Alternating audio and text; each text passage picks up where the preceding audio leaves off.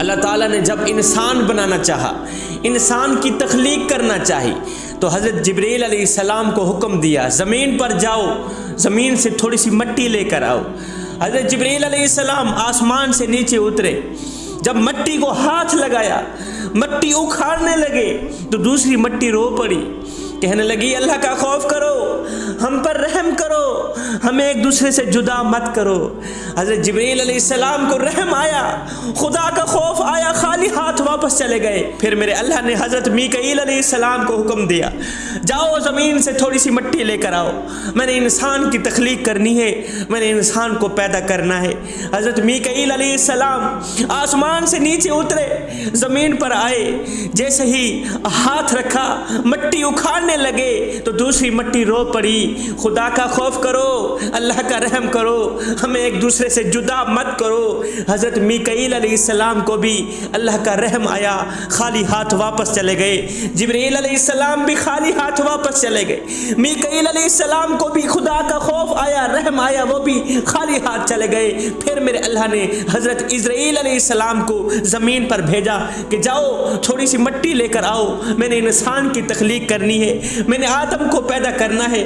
آئے حضرت اسرائیل علیہ السلام جب آسمان سے نیچے اترے، زمین پر آئے، جیسے ہی زمین پر ہاتھ رکھا مٹی اکھاڑنے لگے، دوسری مٹی رو پڑی، خدا کا خوف کرو، ہم پر رحم کرو، ہمیں ایک دوسرے سے جدا مت کرو۔ مٹی کا رونا دھونا دیکھ کر، مٹی کا تڑپنا دیکھ کر حضرت اسرائیل علیہ السلام مٹی سے مخاطب ہو کر کہنے لگے مٹی میں کیا کروں، تیرا رونا دیکھوں یا رب کا حکم دیکھوں، تیرا تڑپنا دیکھوں یا اپنے کریم رب کا حکم دیکھوں۔ آئے زمین روتی رہی، مٹی تڑپتی رہی، حضرت اسرائیل علیہ السلام مٹی کو اکھاڑ کر اپنے کریم رب کے حکم کو اپنے سر آنکھوں پہ رکھتے ہوئے مٹی اکھاڑ کر اللہ کے حضور پیش کر دی۔ اسرائیل کے ہاتھ میں مٹی دیکھی تو میرے اللہ نے فرمایا اسرائیل انسان میں پیدا کر رہا ہوں، جان نکالنے کی ڈیوٹی تیری ہے، انسان میں تخلیق کر رہا ہوں، روح نکالنے کی ڈیوٹی تیری ہے۔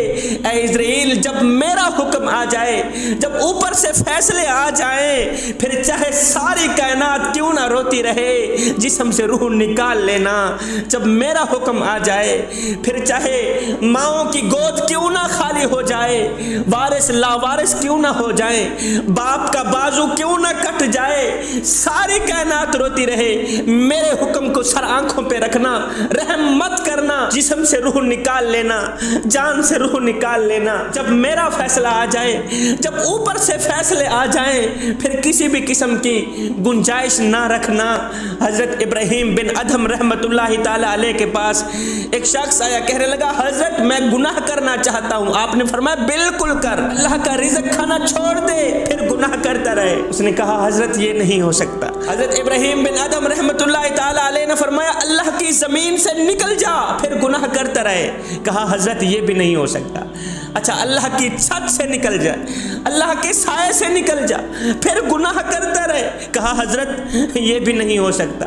کہا جب حضرت اسرائیل علیہ السلام روح نکالنے کے لیے آئیں گے، اس وقت اسرائیل علیہ السلام کو کہنا کہ 2-4 سال مہلت اور دی جائے مجھے، 70 سال میری عمر بربادی میں گزر گئی، میں نے 70 سال کی عمر غفلت میں گزار دی، 2-4 سال مہلت اور دے دو تاکہ ان 2-4 سالوں میں اپنے کریم رب کے ساتھ اپنا معاملہ درست کر لوں، اپنے کریم رب سے صلح کر لوں۔ کہا حضرت اسرائیل ہرگز مہلت نہیں دے گا، اسرائیل ہرگز اجازت نہیں دے گا۔ جب اسرائیل آ جائے گا پھر بچے یتیم کیوں نہ ہو جائیں، ماؤں کی گود خالی کیوں نہ ہو جائے۔ جب اسرائیل آئے گا روح نکال کے چلا ہی جائے گا۔ جوانو وہ دن آنے والا ہے، اوپر سے فیصلے ہو گئے ہیں، فیصلے کب کے سنا دیے گئے، وہ وقت آنے والا ہے، وہ گھڑیاں آنے والی ہیں، وہ لمحات آنے والے ہیں۔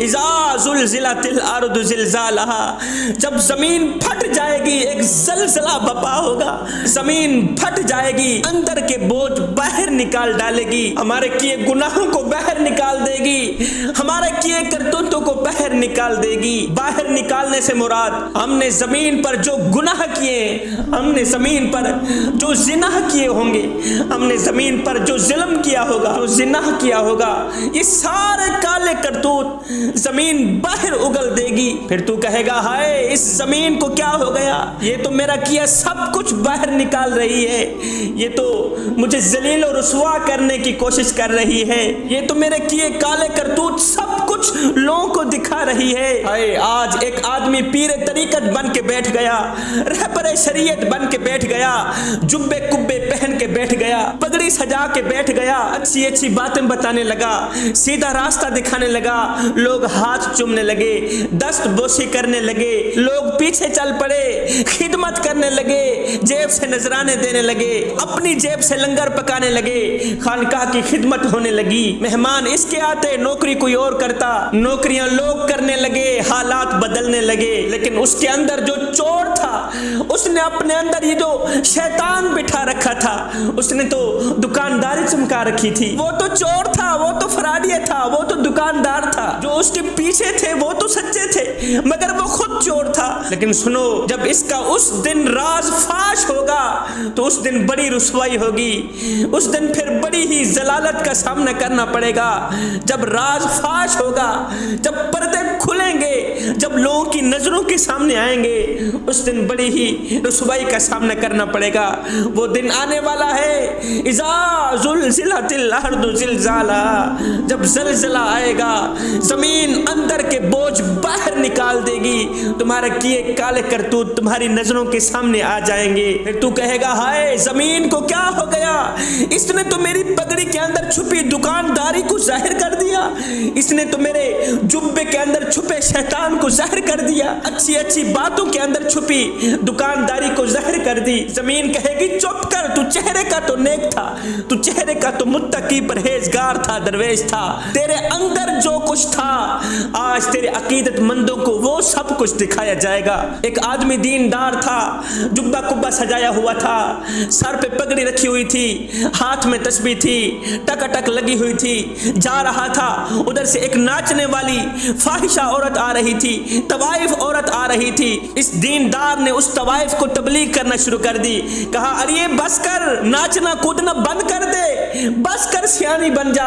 جب اس نے کہا نا بس کر سیانی بن جا، تو اس طوائف نے ایک رلا دینے والا جملہ بولا جسے سن کر یہ اللہ والا دیندار بے ہوش ہو کر زمین پہ گر پڑا۔ اس طوائف نے کہا، ناچنے والے نے کہا، او بابا جی میں جو ہوں وہ نظر بھی آ رہی ہوں، میں جو کچھ ہوں وہ دکھائی بھی دے رہی ہوں، اب تو بتا جس طرح تو دکھائی دے رہا ہے، جس طرح تو نظر آ رہا ہے، اس طرح اندر سے بھی ہے کہ نہیں؟ تو نے جبہ کبہ تو سجا رکھا ہے، سر پہ پگڑی تو پہن رکھی ہے، ہاتھ میں تسبیح تو پکڑ رکھی ہے، یہ بتا جس طرح تو نظر آ رہا ہے اس طرح اندر کا ہے کہ نہیں؟ یہ دیندار زمین پہ گر پڑا، بے ہوش ہو گیا۔ جب اسے ہوش آئی تو لوگوں نے پوچھا بابا جی آج پھر کسی صوفی کا کلام سنا ہوگا، آج پھر بے ہوش ہو گئے؟ کہا نہیں میاں، آج کسی صوفی کے کلام نے مجھے نہیں رلایا، آج ایک طوائف ناچنے والی عورت کے جملے نے مجھے رلا دیا۔ اس نے کہا میں جو کچھ ہوں وہ دکھائی بھی دے رہی، تو جس طرح مومن متقی نظر آ رہا ہے اندر بھی ہے کہ نہیں؟ جوانوں، ہم ایک لمحے کے لیے اپنے اندر اتریں، ہم ایک لمحے کے لیے سوچیں، کیا پیر طریقت بننے سے حضور کی محبت کا حق ادا ہو جاتا ہے؟ کیا رہبر شریعت بننے سے آقا کی محبت کا حق ادا ہو جاتا ہے؟ کیا شبیر قمر بخاری کو ملتان سے لاہور میں بلا کر خطاب کرانے سے، اونچی اونچی آواز سے نعرے لگانے سے، ہاتھ لہرانے سے، بریانیاں بنا کر لوگوں کو کھلانے سے حضور کی محبت کا حق ادا ہو جاتا ہے؟ اگر نہیں ہوتا تو پھر آئیے سر سے لے کر پاؤں تک حضور کی غلامی کے رنگ میں رنگے جائیں۔ میرے حضرت فرماتے ہیں میاں یہ نہ ہو کہ کوئی تم سے پوچھے کہ تم کون ہوتے ہو اور تمہیں شناختی کارڈ دکھانا پڑے، دیکھو جی مذہب کے خانے میں اسلام لکھا ہے، ہم لوگ مسلمان ہوتے ہیں۔ فرمایا نہ بندے، نہ کسی کو پوچھنا بھی نہ پڑے، تجھے بتانا بھی نہ پڑے، تیری وضاحت، تیرا طرز زندگی اور تیرا انداز معاشرت اس طرح کا ہونا چاہیے کہ تو دور سے آ رہا ہو، کوئی تجھے دیکھے تو فوراً کہے یہ کوئی عام نہیں آ رہا، یہ تو میرے محمد کا غلام آ رہا ہے۔